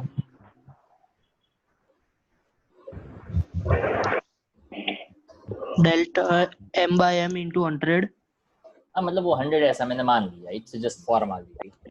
Plus 4/3 pi R cube into delta L by L. 4/3 pi तू लेगा तो अलग होगा, मैं लूंगा तो अलग होगा, ऐसा होता है? 4/3 पाई कोई वेरिएबल वैल्यू है? No. हाँ या ना? No, no. तो कांस्टेंट में एरर होगा? तेरे पास 100 रुपए का नोट, उसका वैल्यू बहुत ज्यादा, मेरे पास 100 रुपए का वैल्यू का नोट, उसका वैल्यू बहुत कम, ऐसा होगा? No. तो हमने तो ऐसा पढ़ा हुआ है कि एरर के अंदर कोई नंबर हो तो नंबर का तो कोई एरर नहीं होता है, तो नंबर तो काउंट ही नहीं करना है, तो 4/3 का तो कुछ नहीं होगा। तो बचा कौन? Delta L by L. L तो है ही नहीं, यहाँ पे आर लिखा हुआ है, Sorry, R by R. Sorry. तो सिर्फ r/r लिखो, ऊपर उसकी पावर 3 का कुछ नहीं होगा। 3 delta R by R. Okay, जो मैं कहता हूँ उसको आपको वर्ड टू वर्ड फॉलो करना चाहिए। मैंने कहा पेशेंस के साथ ध्यान दो तो हर एक चीज समझ में आती है, पर पेशेंस थोड़ा हम में कम होता है। ओके, तो देखो कितना सिंपल क्वेश्चन था। स्फीयर का volume density mass upon volume, sphere है तो उसके वॉल्यूम का फॉर्मूला 4/3 पाई आर क्यूब होता है। हमने ये पढ़ा हुआ है 4/3 पाई, वो तो नंबर है, उसका तो एरर नहीं होता है। तो बचा क्या? m upon R cube, m का डेल्टा m बाय m आ गया। अब परसेंटेज दिया है 100, लिखो ना लिखो that's okay, it's one in the same thing भाई। फिर भी लिखने के लिए दो ना, दोनों से 100 मल्टीप्लाई कर दो, क्या फर्क पड़ता है? So delta m by m that is delta by sphere था इसलिए रेडियस होता है, लिखना ऐसे, तो डेल्टा एल बाय एल की जगह पे डेल्टा आर बाय आर लिखो। तो देखो आपके आंसर में अगर मैं क्वेश्चन चेंज कर दूं, इधर रेडियस कर दूं, इधर स्फीयर कर दूं, 3 और 4 रखो ना, तो इसके हिसाब से भी आंसर कैसा आएगा? सेम ही आएगा, वहां आंसर अलग नहीं होगा। इसको कहते हैं एक क्वेश्चन से दूसरे क्वेश्चन को कैसे समझा जाता है। वैसे volume of the sphere 4/3 pi R cube होता है, वो 4th स्टैंडर्ड में आता है। Density is equals to mass upon volume, वो आई थिंक 7th स्टैंडर्ड या 8th स्टैंडर्ड में आ जाता है। Mass upon volume 4/3 pi R cube करना, वो कॉमन सेंस से पता चलता है। 4/3 पाई एरर में नहीं लेना है, वो 11th स्टैंडर्ड की थ्योरी से पता चलता है। और इसको अप्लाई कैसे करना है, एडिशन और सब्ट्रैक्शन, वो आपको 2nd स्टैंडर्ड से पता चलता है। तो कुल मिलाकर आप जो भी पढ़ते हो उसमें थोड़ी पेशेंस के साथ अगर थोड़ा थोड़ा धीरे धीरे तरह से पढ़ो तो आपका काम परफेक्ट है, क्लियर कट है, कोई जगह पे कोई टेंशन नहीं होता है। अपने को समझ में ही कम इसलिए आता है ताकि हम ज्यादा टेंशन लेते रहते हैं। ओके, टेंशन लेने की काफी सारी जगह है, वहां पे लीजिए, अभी मत लीजिए, ठीक है? जिसको आप बहुत सिंपल तरीके से कर सकते हो उसको सिंपल तरीके से ही करने का ट्राई करिए। चलो, आई होप इस क्वेश्चन में किसी को कोई डाउट? अच्छा, मैं यहाँ पे 3 की बजाय 5 और 4 की जगह पे 7 ऐसा भी कर सकता हूँ। हाँ, अच्छा, मैंने इस वैल्यू को इंटरचेंज कर दिया तो क्या होगा? आंसर सेम रहेगा या डिफरेंट होगा? Different होगा, different. कॉमन सेंस की बात है भाई, क्यूब का स्क्वायर करो तो आंसर में चेंज नहीं आया, पर 4 का 3 और 3 का 4 कर दो तो that makes a more difference. ताकि यहाँ पे 3% 3 के साथ मल्टीप्लाई हुआ था ताकि रेडियस का क्यूब था। अगर रेडियस का वैल्यू 4 हो जाएगा तो 4 इंटू 3, 4 3 12 प्लस 3, ऐसा कुछ आंसर है वो आता है, ठीक है? तो थोड़ा लॉजिक आपका काम काफी अच्छा कर सकता है। चलो, इफ यू रिमेम्बर दैट, ये क्वेश्चन मैंने करवाया हुआ है, आप ही की टेक्स्ट बुक का इलास्ट्रेशन है टाइम पीरियड वाला, ओके, शायद याद होगा। And this is also the simplest one, ये भी हम करवा चुके हैं। इस क्वेश्चन में मैंने एड ऑन भी करके आपको बताया था कि a⁴, b⁴ अपॉन cd⁴ हो, इसमें a का परसेंटेज, b का परसेंटेज, c का परसेंटेज, d का परसेंटेज ऐसा भी दे दे तो भी आप उसको अच्छी तरह से कर सकते हो। आई होप ये क्लियर रहा होगा। Clear everyone? Yes, sir. Yes, sir. अब देखो, अब यहाँ पे एक्सरसाइज के अंदर जो कुछ कुछ क्वेश्चंस दिए हुए हैं उसमें हम एक यहाँ पे छोटा सा पॉइंट है उसको समझने का ट्राई करते हैं। ओके, इसको थोड़ा सा अच्छा कर देते हैं लगे तो, ठीक है। चलो अब यहाँ पे ऐसा हमें बताना है, बहुत छोटे छोटे क्वेश्चन है, बहुत सिंपल सिंपल से क्वेश्चन है। जो मैं कह रहा था ना कि कुछ क्वेश्चन तो ऐसे है जो हमने कहीं पढ़े ही नहीं है। तो पहले ऐसा जो क्वेश्चन मेरे ध्यान में है वो मैं आपको बता देता हूँ, जिसमें कोई ज़्यादा टेंशन नहीं लेना है, दिया है तो दिया है। ओके, ये देखो, ये जैसे क्वेश्चंस है ना, ये सभी क्वेश्चंस पढ़ने वाले क्वेश्चंस है, स्टेटमेंट टाइप के क्वेश्चंस है, तो उसको पढ़ने का, ओके, ट्राई करने का कि याद रहे। वैसे वो समझ में आ ही जाते हैं, वैसे क्वेश्चंस होते हैं। ओके, उसमें कोई ज़्यादा इनपुट्स देने का ट्राई नहीं करने का, थोड़ा रिलैक्स रह कर ही उसको समझने का ट्राई करना। जैसे कि ये क्वेश्चन है, uh vernier calipers 20 division, uh screw gauge. तो वर्नियर कैलिपर्स अगर स्कूल रेगुलर जाते तो शायद ये आप देखते, आज नहीं जाते हो तो गूगल पे सर्च कर लो, यूट्यूब पे, कि what is vernier callipers, what is micrometer, screw gauge. तो दे आर इंस्ट्रूमेंट्स जो आप प्रैक्टिकल में यूज करते हो। मैं यहाँ पे भी मीन्स यूट्यूब में भी चालू करके बता सकता हूँ, या तो क्रोम में, गूगल में मैं भी बता सकता हूँ उसका फोटो, पर उसका कोई मतलब नहीं है, या तो यहाँ से उसमें से कुछ नया सीखने को नहीं मिलने वाला है।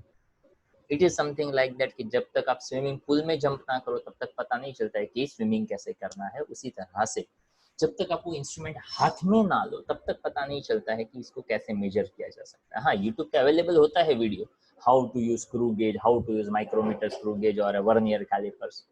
देखकर आइडिया आ सकता है कि अच्छा ऐसा कुछ कुछ होता होगा। तो ऐसे क्वेश्चंस है जिसका कनेक्शन थोड़ा कर पाना आपके लिए अभी डिफिकल्ट रहेगा, पर अभी ये क्वेश्चन में क्या करना है वो मैं आपको एक आइडिया दे देता हूँ, तो आपको शायद पता चल जाएगा इसमें ये MSD क्या है, VSD क्या है। तो थोड़ा आपके लिए बाउंस जा सकता है, because it's a purely practical में आप करोगे वो वाले पॉइंट्स है, बट फिर भी मैं ट्राई करूंगा आपको समझाने का।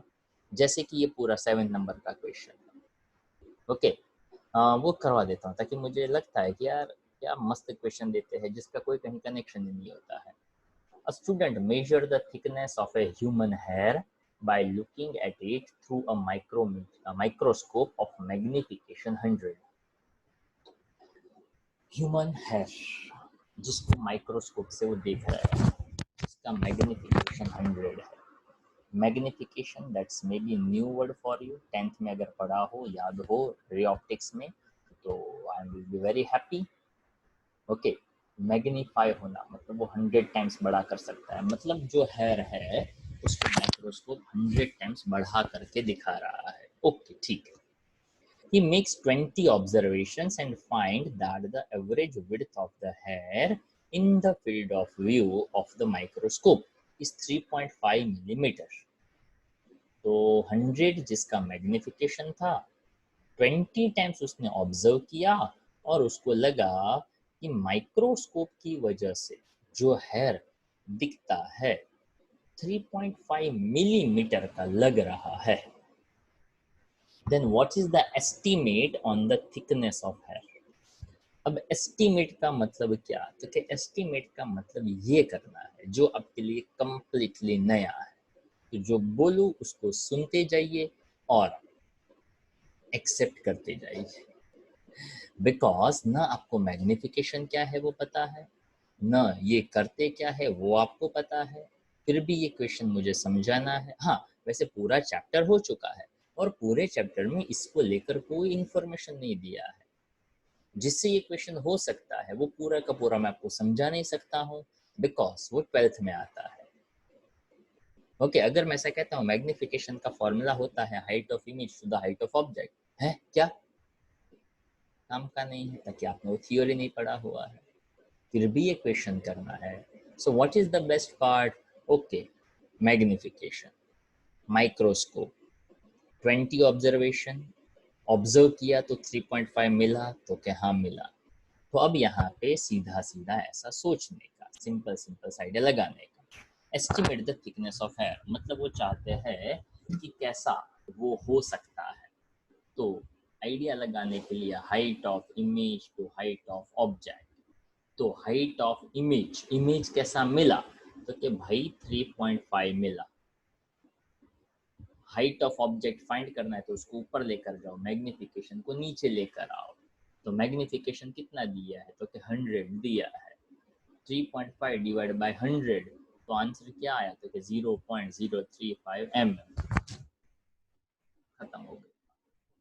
अच्छा, ये कहाँ से आया तो कि अभी ना समझ में आएगा, और इसलिए मैंने कहा कि यहाँ पे एनसीईआरटी वाले एक्सरसाइज मज़ेदार बनाते हैं। हाँ, अगर आप उसको मज़ेदार कहते हो तो वो आपकी गलती है, ताकि जो चीज़ें पढ़ने के बाद भी समझ में ना आए, जिसका कोई कनेक्शन ना हो, ऐसे पढ़ने का वैसा कोई मतलब ही नहीं है।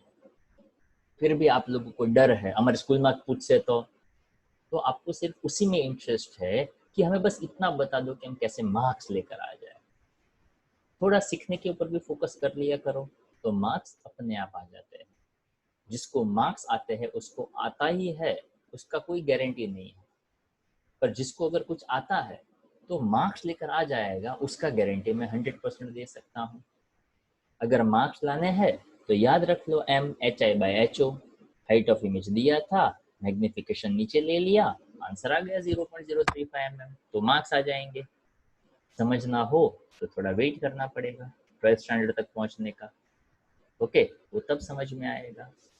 ओके, तो ऐसे क्वेश्चंस हैं, और ऐसे एक नहीं है, ऐसे 2-4 और क्वेश्चंस हैं, पर हर एक में मजा लेने का, और जो रास्ता बताया जाए कि भाई आने आम याद रखा है, ओके रखा है। ओके, वैसे आप काफी सारा ऐसे ही पढ़ते हो याद रखने वाले पॉइंट ऑफ व्यू से। ओके, H2O पानी होता है तो होता है, वो हाइड्रोजन एक ऑक्सीजन पानी बनाते हैं। किसी ने बनाया घर पे पानी? Yes, anyone? हेलो हेलो, है कि चले गए? है सर, है ना? हाँ हाँ हाँ, तो बनाया दो हाइड्रोजन और एक ऑक्सीजन लेकर पानी कभी? नो ओ सर। सर, नहीं सर। नहीं, फिर भी आपने मान लिया तो हाइड्रोजन एक अच्छा, ट्राई कर लीजिएगा, अगर मिल जाए तो भेजिएगा सैंपल। No sir. ओके, तो फिर भी आपने काफी सालों से माना हुआ है H2O that is a water. Okay, तो फिजिक्स में कभी कभार मान लेने का। देखो 6 question, which of the following is the most precise. तो क्वेश्चन जो है वो प्रिसीजन को लेकर कहना चाहता है। प्रिसीजन यानी क्या, तो कि हम कितने वो स्मॉल लेवल तक उसको मेजर कर सकते हैं। अब यहाँ पे आपने प्रैक्टिकली देखा नहीं है, तो जो मैं बताता हूँ या तो आप बाद में गूगल पे सर्च कर सकते हैं, micrometer, screw gauge and vernier calipers. Vernier calipers जो मेजर करता है उससे माइक्रोमीटर, स्क्रू गेज और डिटेलिंग में मेजर कर सकता है। तो कि उसका लिस्ट काउंट यहाँ पे जो लिखा है ना, VSD, MSD, जिसमें D का मतलब डिवीजन है, LC जिसको कहते हैं लिस्ट काउंट, यहाँ पे MSD जिसको कहते हैं मेन स्केल डिवीजन, और VSD को कहते हैं वर्नियर स्केल डिवीजन। ओके, ये प्रैक्टिकल करोगे तो ही पता चलेगा। पर अभी जिन लोगों को school exam, high school exam, होई स्कूल एग्जाम, हाई उसमें क्या होगा, उन लोगों के लिए जनरल छोटा सा आइडिया दे देता हूँ। वैसे मुझे तो पता ही है कि अगर स्कूल नॉर्मल है, जेन्युइन है, तो ऐसे क्वेश्चंस नहीं पूछे जाते हैं, ताकि ऐसे क्वेश्चंस पूछने का कोई मतलब ही नहीं बनता है। अरे तो आपको ना लगे कि ले एक्सरसाइज करावे नहीं का थोड़ी मजाता करिए, इसलिए मैं करवा रहा हूँ। ओके, चलो, a vernier calipers with the 20 divisions on the sliding scale। Okay, sliding scale मतलब यहाँ पे आपको एक छोटा सा आइडिया दे देता हूँ कि हाउ वर्नियर कैलिपर्स, ओके, वो दिखता कैसा है। तो देखिए, वर्नियर कैलिपर्स के लिए आप एक छोटा सा आइडिया है वो फॉर्म कर सकते हैं। जैसे आप लोगों ने स्केल तो देखा होगा, माइक नॉर्मल सा स्केल 15 सेंटीमीटर वाला, देखा है कि नहीं देखा है? Sir yes sir. Yes yes sir. Very good, very good. अगर वो देखा है तो यहाँ पे आपको जल्दी आइडिया है वो आ सकता है। एक सेकेंड, हाँ, वर्नियर कैलिपर्स। तो देखिए यहाँ पे मैं आपको वर्नियर कैलिपर्स होता कैसा है वो बताता हूँ। स्क्रीन दिख रहा है आप लोगों को? Yes sir. Yes sir. Okay, yes sir. तो ये ऐसा मज़ेदार इंस्ट्रूमेंट हो उसको कहते हैं वर्नियर कैलिपर्स। यहाँ पे उसको प्रेस किया जाता है और इसको स्लाइड करके आप उसका कोई भी ऑब्जेक्ट का थिकनेस जो है वो फाइंड कर सकते हैं। वैसे आप गूगल पे सर्च करके 10-15 मिनट का वीडियो देखकर आप जो भी समझोगे वो मेरे हिसाब से वो समझ शायद काम में नहीं आएगी, ताकि वीडियो देखने से एग्जैक्ट प्रैक्टिकल नॉलेज नहीं आने वाला है। फिर भी अगर आप फ्री हो और 5-10 मिनट स्पेंड कर सकते हो तो करिएगा, शायद थोड़ा सा आइडिया है वो ज़्यादा क्लियर हो सकता है। ओके, यहाँ पे आप देख सकते हो, यहाँ से 0 1 2 3 4 5 6 7 8 9 10 यहाँ पे ऐसे 10 डिविजन्स दिए गए हैं और ये जो है ऊपर स्केल जैसा है, तो ये एक्चुअल स्केल है और ये जो है उसको वर्नियर स्केल कहा जा सकता है। तो इसको मेजर करने का, कोई भी ऑब्जेक्ट की थिकनेस को, लेंथ को, हाइट को मेजर करने का एक तरीका होता है जो आपको प्रैक्टिकल में सिखाया जाता है। जैसे आप प्लास्टिक स्केल से किसी का लेंथ मेजर करो तो उसके 1 सेंटीमीटर के अंदर 10 डिवीजन है, मतलब उसका एक्यूरेसी 1 मिलीमीटर का है। यहाँ पे 1 मिलीमीटर यानी 0.1 सेंटीमीटर, जबकि ये वर्नियर कैलिपर से उसका एक्यूरेसी होता है 0.01 सेंटीमीटर और माइक्रोमीटर स्क्रू गेज है उसका एक्यूरेसी होता है 0.001 सेंटीमीटर। ओके, मतलब ये जितना मेजर करता है उससे माइक्रोमीटर स्क्रू गेज और इजीली या तो और प्रिसाइजली कोई वैल्यू का थिकनेस वगैरह फाइंड कर सकता है।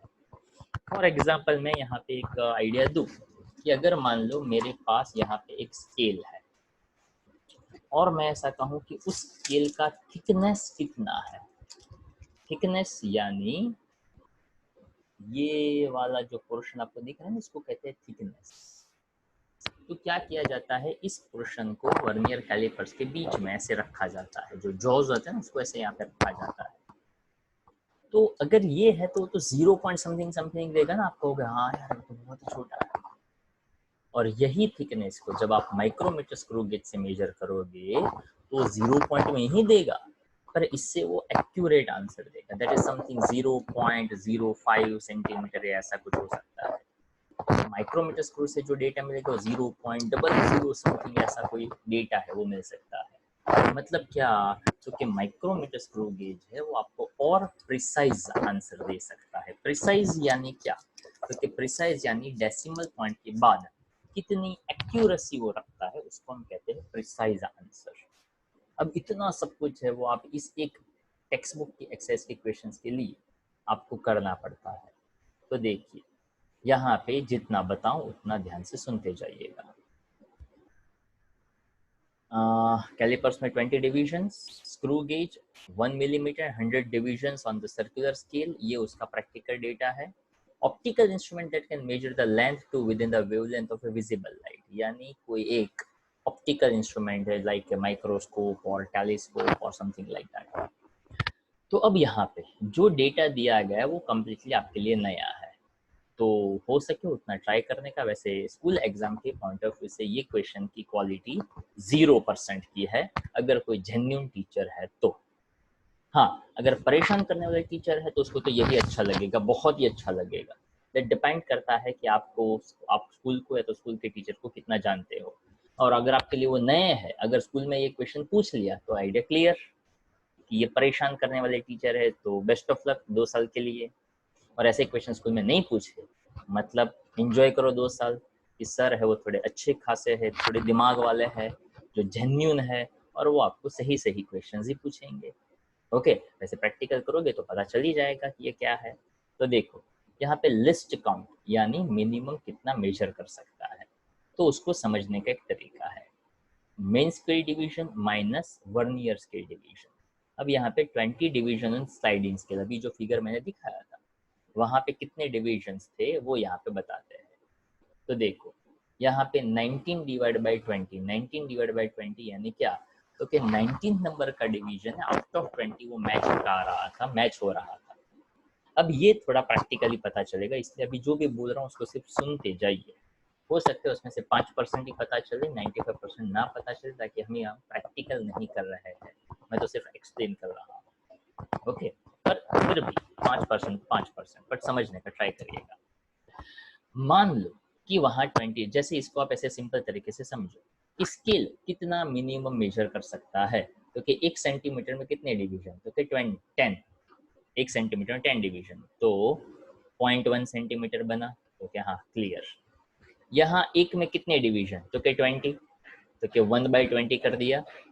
यहाँ पे वो हर एक का वैल्यू कितना था, तो क्या मिलीमीटर था, तो 1/20 इंटू 1 मिलीमीटर, तो उसको सेंटीमीटर में कन्वर्ट कर दो यार। तो ये हो गया वैसे 1 मिलीमीटर को सेंटीमीटर में आप कन्वर्ट कर दो तो 1/200 सेंटीमीटर हो गया। और 1/200 सेंटीमीटर को क्या कह सकते हो, 0.005 सेंटीमीटर।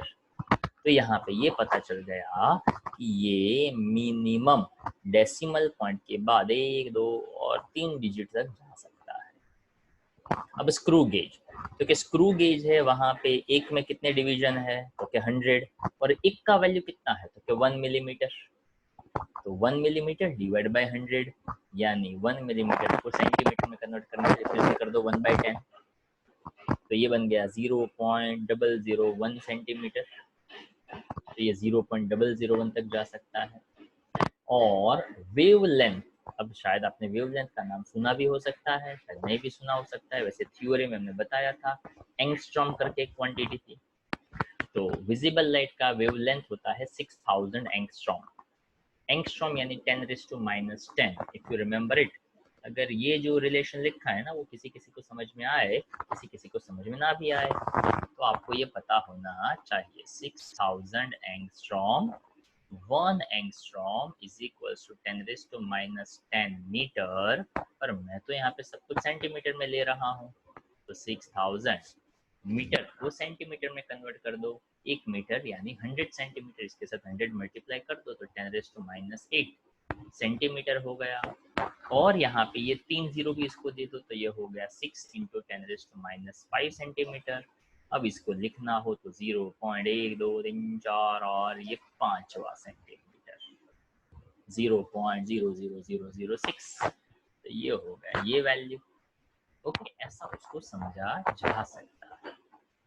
तो बस यहाँ से तीनों डेटा को ऑब्जर्व करके उसके ऊपर का conclusion, hence the most precise device for the measuring length is the given in the optical instrument। क्यों, तो डेसिमल पॉइंट के बाद 1, 2, 3, 4 और 5 डिजिट आए। ओके, यहाँ 0.001 3, यहाँ पे भी 3, तो यहाँ पे ये ज्यादा प्रिसाइज हुआ। ओके, तो यहाँ तक का आपको समझ में आना चाहिए।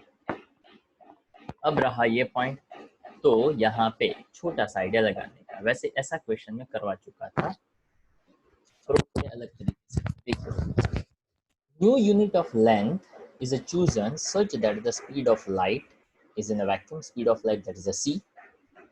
What is the distance between the sun and the earth in terms of new unit of light takes 8 minutes and 20 seconds to cover this distance। अब इस क्वेश्चन को बहुत प्रैक्टिकल वैसे सिंपल समझाऊं तो शायद आप लोगों को पता होगा कि सनलाइट को सन से लेकर अर्थ तक आने में 8 मिनट और 20 सेकंड्स लगते हैं। जैसे कि वहां से निकला हुआ पहला फोटोन, जिसको हम कहते हैं फर्स्ट पार्ट ऑफ लाइट, वो वहां से जिस टाइम से निकला उसको यहाँ तक पहुंचने में इतना ज़्यादा टाइम लगता है, और वो वेलोसिटी ऑफ लाइट को फॉलो कर रहा है। तो देखो, बहुत सिंपल सी बात। हाँ, वेलोसिटी का फॉर्मूला याद होगा आपको, v is equal to d/t। हाँ याद है। तो इसमें से डिस्टेंस इज इक्वल टू क्या बनेगा, तो क्या वेलोसिटी इनटू टाइम, बरोबर। वेलोसिटी कितना बोला, तो क्या speed of light. Speed of light कितना होता है, तो क्या स्पीड ऑफ लाइट दिया हुआ है यहाँ पे, ये 8 मिनट 20 सेकंड्स था, तो उसको सबको सेकंड्स में कन्वर्ट कर दिया। कैसे, तो कि 8 मिनट इंटू 60 यानी सेकंड्स हो गया, 8 6 प्लस 20 यानी 500 सेकंड्स हो गया। ओके, तो देखो speed of light it means 1 new unit of length per second यानी मीटर पर सेकंड। तो distance is equal to velocity into time. Velocity की जगह पे लेना है new unit of length into time. कितना है टाइम का वैल्यू, तो 500 सेकंड, तो 1 न्यू यूनिट मल्टीप्लाई बाय 500, तो आपका आंसर हो गया 500 new unit of length. Again ये क्वेश्चन ऐसा है कि अगर कोई अच्छा टीचर है ऐसे क्वेश्चन नहीं पूछता है, ताकि इसमें से नया सीखने को कुछ नहीं मिलता है। ओके, बट फिर भी आपको तो स्कूल एग्जाम के पॉइंट ऑफ व्यू अगर प्रिपेयर करना हो तो प्रिपेयर कर देने का। ओके, तो ये जो क्वेश्चन है वो आपको डेफिनेटली आने चाहिए। ओके, ये उसके बाद वाला ये जो फोर्थ क्वेश्चन है, ओके, वो मैं आपको करवाऊंगा। तो अभी आपको होमवर्क में क्या क्या करना है वो मैं आपको बता देता हूँ। ओके, तो होमवर्क में आप पार्ट 2 से, होमवर्क में पार्ट 2 जो है वहाँ से कौन कौन से क्वेश्चंस करेंगे पहले वो मैं बता दूँ। ओके, पार्ट 2 से आप जितने भी क्वेश्चंस आज हमने डिस्कस किए, ओके, चाहे वो इलास्ट्रेशंस हो या कर दिए हुए हो, बट आई इंसिस्ट वो सभी क्वेश्चंस आपको करने चाहिए। तो 14 से लेकर, ओके, 14 से लेकर 23 तक, 14 to 23, और पार्ट 4 है उसमें से क्वेश्चन 1, 2, देन आफ्टर 3, 4 मैं करवाऊंगा आपको, 3 भी मैं करवाऊंगा, 4 भी मैं करवाऊंगा, ताकि वो वैसे पढ़ने वाला है बट इट्स ओके। चलो 5, 6 और 7, 1, 2, 5, 6 एंड 7। ओके, ये सभी के सभी क्वेश्चन आपको लिखने हैं 1 टाइम। ओके, तो ये है आपका सिंपल सा होमवर्क। ओके, तो अभी हम यहाँ तक रखते हैं। Clear everyone? ओके,